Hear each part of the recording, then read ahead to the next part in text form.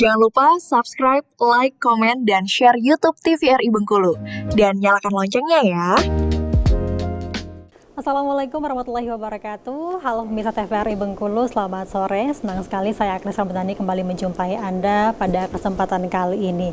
Dari data yang kami dapatkan, 64 juta unit usaha di Indonesia saat ini berasal dari sektor UMKM. Dan sektor ini telah menyerap hampir 119 juta tenaga kerja nasional. Tentunya UMKM menjadi urat nadi ekonomi, terkhususnya juga di Provinsi Bengkulu saat ini. Tapi untuk UMKM sendiri kini menghadapi tantangan yang sangat kompleks ya, mulai dari persaingan digital yang kian ketat, akses permodalan yang belum merata, dan juga masih banyak lagi. Tapi di balik tantangan tentu ada peluang pemirsa, seperti misalnya peluang ekspansi pasar, terkenalnya produk mereka skala nasional maupun internasional, dan juga bisa menjadi ikon daerah itu sendiri.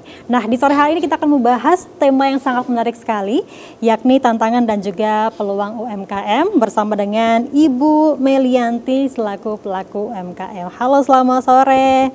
Sore Mbak. Gimana kabarnya? Alhamdulillah baik. Alhamdulillah baik. Ini saya panggil Mbak saja ya. Iya boleh. Mbak Meli. Ternyata Mbak Meli ini juga pernah mengisi acara di TVRI dulunya. Iya ya? dulunya dari SMP. SMP. Jadi serasa nostalgia di sini. Ya? Serasa nostalgia betul. Baik. Dan juga di sore hari ini telah hadir Bapak Garda Reputra selaku PLT Kepala Dinas Koperasi dan juga UKM Kota Bengkulu. Selamat sore Pak Garda. Selamat sore. Bagaimana kabarnya Pak? Alhamdulillah sehat. Alhamdulillah sehat. Seperti apa kesibukan dari Dinas Koperasi akhir-akhir ini Bapak?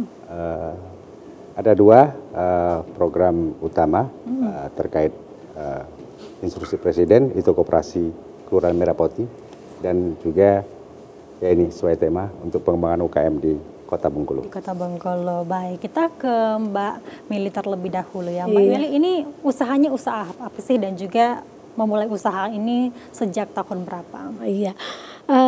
Usaha ini dimulai itu dari tahun 2015 hingga sekarang. Usaha ini adalah usaha secara online. Jadi kita mengerjakannya sesuai pesanan. Nah, tapi alhamdulillah sejauh ini diterima oleh masyarakat Bengkulu, baik di kalangan anak-anak, remaja, dewasa maupun lansia. Iya gitu. Jadi dari 2015 sampai dari 2015. Dari 2015 itu memang patennya somai dari awal atau seperti apa? Oh, dari 2015 itu serba-serbi, Mbak. Serba-serbi ya? Serba-serbi. Ada PMP, ada T1, ada somai, ada rujak tahu, dan ada sulehe. Sulehe. Susu kedelai jahe namanya. Oh, singkatan ya? Iya, susu kedelai jahe. Itu diproduksinya kalau ada pemesanan aja Mbak, jadi nggak setiap hari. Tapi alhamdulillah sejauh ini pemesanannya itu dalam instansi-instansi pemerintahan maupun sosial media. Tapi sampai sekarang itu semua menu yang sudah disediakan, kalau apakah sekarang hanya paten somai saja atau iya, itu fokusnya sekarang ke somai Mbak, somai Dapur Rashid sama sulehe. Sama sulehe. Susu kedelai jahe. Ini memang dari kecilnya suka berbisnis atau seperti apa Mbak Meli? Dari kecil memang suka masak. Suka masak gitu. Kebetulan juga waktu SMK ngambil kejuruan tata boga. Nah, dilanjutkan ke Poltekkes Kemenkes Bengkulu jurusan gizi, Mbak. Waduh, sesuai dengan jurusannya ya, Pak. Baik, Pak Garda, melihat perkembangan UMKM di Kota Bengkulu saat ini seperti apa, Pak Garda?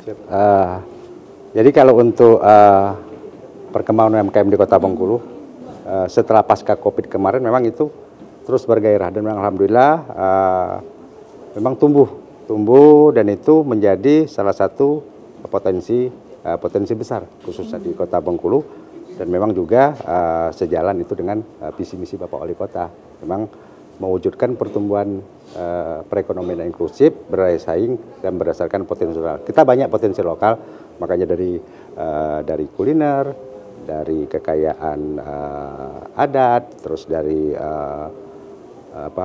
passion seperti batik basure dan lainnya, dan itu potensi besar. Jadi insya Allah mungkin perkembangan UMKM di Kota Bengkulu bisa lebih berkembang, dan itu juga sejalan dengan program dari pemerintah pusat Bapak Presiden Prabowo.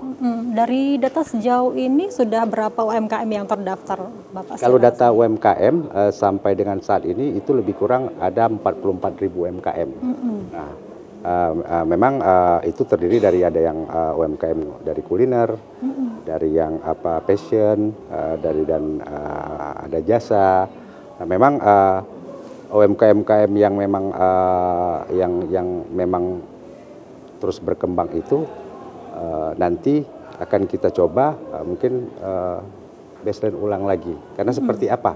Nanti akan kita buatkan lebih ke pendataannya ini yang memang perlu mendapat pendampingan yang lebih. Nah, ini mungkin polanya yang seperti apa? Ini kendalanya di mana? Karena setiap UMKM itu kan permasalahan dan kendalanya pasti berbeda. Jadi ke depan mungkin lebih itu, dan itu memang kemarin dari Kementerian UMKM memang akan dibuatkan seperti sistem pelayanan UMKM itu database-nya memang untuk melihat kendala mana sih, karena setiap UMKM pasti berbeda. Mungkin ini lebih ke digitalisasinya, ini mungkin akses pembiayaan, mungkin ke depan insya Allah akan kita lakukan seperti itu.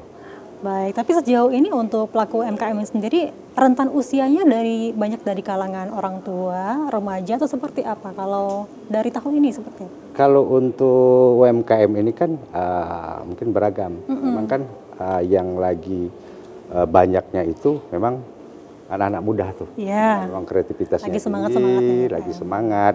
Hanya saja kan peran pemerintah. Nah, disitulah peran pemerintah mungkin dengan pihak lainnya, perbankan, perguruan tinggi, mungkin itulah nanti kami masuk di mana yang menjadi perhatian kami mungkin ke depan. Baik, Mbak Meli, ini kan Mbak Meli sudah mulai berusaha dari tahun 2015. Waktu itu memang pertemanan atau circle-nya sudah mulai berusaha semua, atau ini merintis sendiri, benar-benar merintis sendiri? Benar-benar merintis sendiri, Mbak. Iya, jadi diawali dengan mengikuti event-event bazar gitu kan. Jadi dari mulut ke mulut gitu, dari cita rasa, jadi saling berbagi cerita dengan yang lain. Waktu itu di tahun 2015 pakai modal sendiri atau bagaimana? Masih pakai modal sendiri. Sampai hari ini pun masih pakai modal sendiri, Mbak. Sekarang udah ada staffnya atau masih dikelola sendiri? Kalau sekarang sih sendiri, mandiri sendiri, iya. Oh, nggak kewalahan? Insya Allah enggak, karena sesuai pemesanan kan, Mbak. Tapi kalau untuk masalah packing itu kita minta bantuan. Tapi kalau untuk kita mengerjakannya sendiri. Oke, berarti ini pakai resep sendiri ya? Resep sendiri, resep yang trial error. Jadi memang kita beli bahan, kita coba, kurang, coba lagi sampai mendapatkan hasil yang diinginkan. Baik, berarti 2015 itu masih dari mulut ke mulut awalnya ya? Itu dari mulut ke mulut, terus dari event-event, Mbak. Dari event-event? Event-event, suka ngikutin event-event dari pemerintahan, biasanya ada bazar gitu kan, acara kesehatan nasional gitu kan, ada bazar gitu, kita ikut di sana gitu. Berarti sering ikut pelatihan-pelatihan juga, Mbak? Alhamdulillah. Ini mulai terjun memasarkan secara digital sendiri itu di tahun berapa? Oh, untuk digital itu baru-baru ini, Mbak. Baru-baru ini. Di 2 tahun belakangan ini, Mbak. Semenjak berada di Bengkulu, karena di awal itu di tempat perantauan, Mbak, di Natuna, Kepulauan Riau. Di tahun 2015 hingga 2020 di Natuna, lalu kembali lagi ke tempat kelahiran di Kota Bengkulu, melanjutkan lagi, dan alhamdulillah nggak menyangka cepat diterima oleh masyarakat Bengkulu, Mbak. Berarti sesuai lidah masyarakat. Sesuai lidah masyarakat. Meskipun sempat vakum sebentar ya. Iya, sempat vakum sebentar. Baik, kita berpindah-pindah. Ya. Nanti kita bahas lagi dengan tema kita terkait dengan tantangan dan juga peluang UMKM. Pemirsa, kami akan kembali setelah jeda pariwara berikut ini.